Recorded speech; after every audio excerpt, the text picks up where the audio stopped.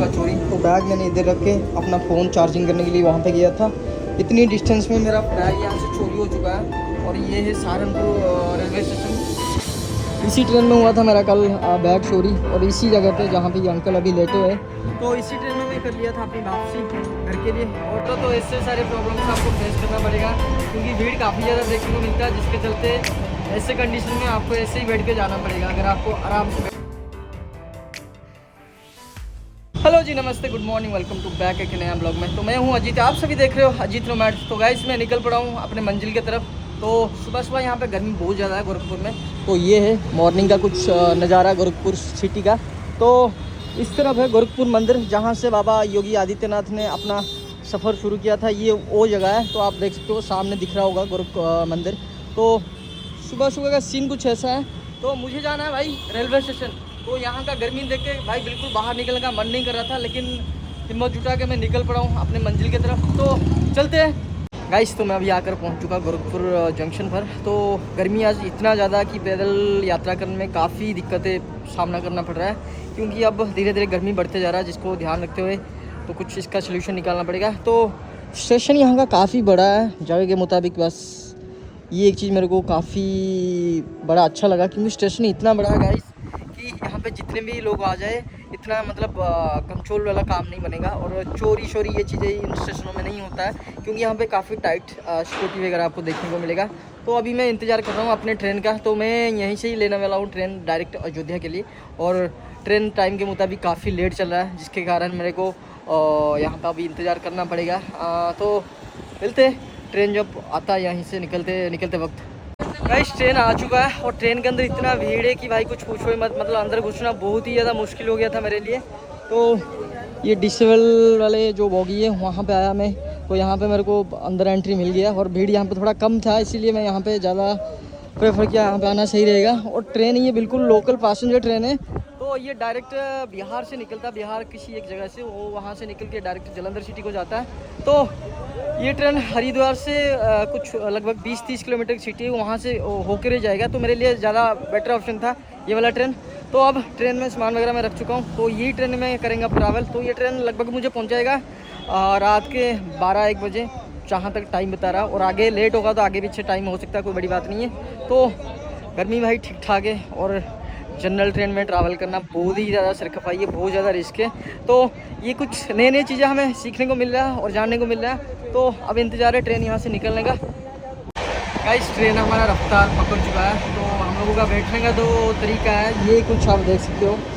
तो local work में जब आप ट्रैवल करो तो ऐसे सारे प्रॉब्लम्स आपको फेस करना पड़ेगा, क्योंकि भीड़ काफ़ी ज़्यादा देखने को मिलता है, जिसके चलते ऐसे कंडीशन में आपको ऐसे ही बैठ के जाना पड़ेगा अगर आपको आराम से बैठ कर जाना है। तो ऐसा हमें एक डिसेबल वाला बोगी में, मतलब एक हैंडीकैप्ट वाला बोगी, तो यहाँ पे थोड़ा भीड़ आपको कम देखने को मिलेगा, जिसके चलते ये यहाँ का कंडीशन है। तो पीछे सीट से स्लीपर कोच ऊपर नीचे करके 4 सीट है। तो वहाँ पे उन्हीं को ही अलाउड है जिनके पास टिकट है। तो हमारे पास तो टिकट है लेकिन जनरल का, इसलिए हम यहाँ पे बैठ के सफ़र कर रहे हैं। और ये भैया आप कहाँ जा रहे हो? भैया आप कहाँ जा रहे हो? तो ये भैया जा रहे हैं सीतापुर। आए कहाँ से? बिहार से।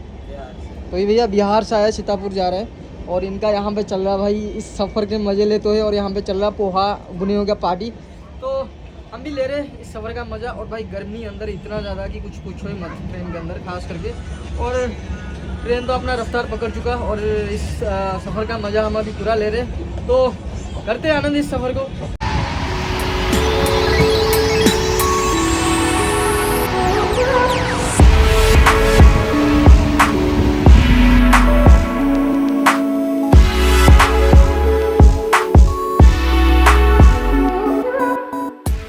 गाइस मैं अभी हूँ ट्रेन में, और मेरा बैग हो चुका चोरी। तो बैग मैंने इधर रख के अपना फ़ोन चार्जिंग करने के लिए वहाँ पे गया था। इतनी डिस्टेंस में मेरा बैग यहाँ से चोरी हो चुका है। और ये है सहारनपुर रेलवे स्टेशन। तो अब बताओ हमारे जैसे ट्रैवलर के लिए क्या मतलब बात करें। और भाई इतनी डिस्टेंस में बैग अगर कोई बंदा चोरी करके ले जाए तो बताओ क्या करे बंदा। तो अब मेरा दिमाग बिल्कुल ही नहीं काम कर रहा, और मैं अभी इस ट्रेन के अंदर हूँ, और कुछ भी भाई दिमाग काम नहीं कर रहा हूँ। मतलब एक टाइप का मैं काफ़ी अपसेट हो चुका हूँ। तो अब मैं क्या करूँ, मेरे को खुद नहीं कुछ समझ आ रहा है। तो अभी मैं ट्रेन के अंदर ही हूँ, और बैग मेरा चोरी हुआ सहारनपुर के स्टेशन के थोड़े से आगे। तो मैं जंप करके ट्रेन के अंदर आया था, और मैं मैंने यहाँ पे बैग रख के चार्जिंग लगाने के लिए गया था, यहाँ से बस इतना डिफरेंस था, इतने डिस्टेंस के अंदर मेरा बैग यहाँ से कोई लेके चले गया, मेरे को बिल्कुल भी नहीं पता चला। और इतना माइंड अपसेट हो चुका, मैं कुछ नहीं आपको बताना चाहता हूँ। और अब मेरा ट्रैवल करने का प्लानिंग यहाँ से हो चुकी है कैंसिल, तो मैं यहीं से जा रहा हूँ वापस। और भाई बताओ क्या करे बंदा, अगर ऐसे कंडीशन में ऐसे ट्रैवलर के साथ आप ऐसे करोगे तो उत्तराखंड गवर्नमेंट ये चीज़ें क्यों नहीं ध्यान रखता, ट्रेन के अंदर ऐसी चीज़ें क्यों नहीं ध्यान रखा जाता, ये मेरे को खुद नहीं समझ आ रहा। तो भाई और कुछ नहीं बताना चाहता हूँ, वो होना था हो चुका है, और मैं यहीं से अपना टूर ख़त्म करके घर पे जा रहा हूँ वापस। जो होना था तो हो चुका, वो उसको माइंड में लेके ज़्यादा मैं प्लानिंग नहीं कर रहा हूँ, लेकिन ये बहुत गलत हुआ मेरे साथ। मैं आप लोगों को बस इतना बताना चाहूँगा, और ज़्यादा से ज़्यादा इस वीडियो को शेयर करना, लोगों को पता चले कि सहारनपुर में ये चीज़ें अभी भी है, ये बहुत गलत है। टूरिस्ट के साथ ये चीज़ें नहीं होना चाहिए। तो जो होना था हो चुका, तो यहाँ से मैं भी कर रहा हूँ वापस। अभी मैं पहुँचा बस्ती, और इसी ट्रेन में हुआ था मेरा कल बैग चोरी, और इसी जगह पे जहाँ पे ये अंकल अभी लेटे हुए, तो इसी ट्रेन में मैं कर लिया था अपनी वापसी घर के लिए। और अभी मैं लगभग सहारनपुर से 250-200 किलोमीटर आगे आ चुका हूँ।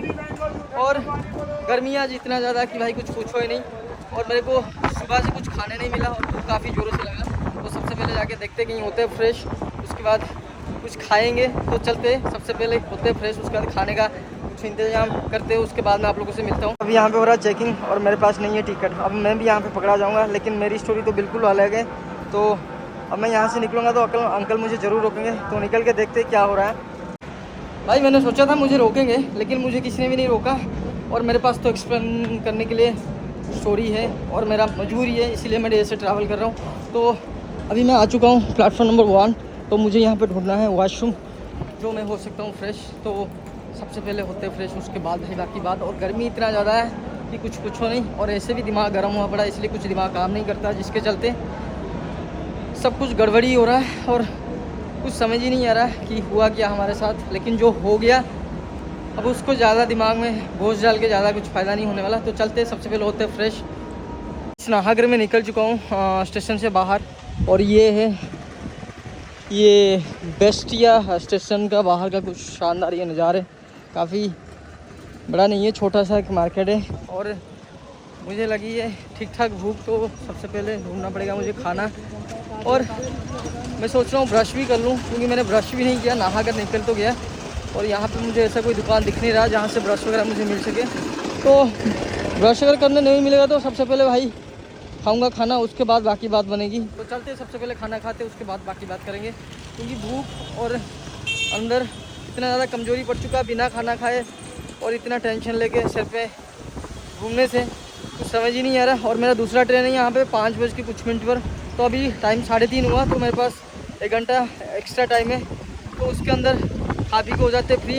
और गाइस इस ब्लॉग को मैं करता हूँ यहीं पे एंड, तो इसका दूसरा पार्ट और एक नया ब्लॉग में आएगा, तो आप वहाँ से देखिए, कंटिन्यू कीजिए।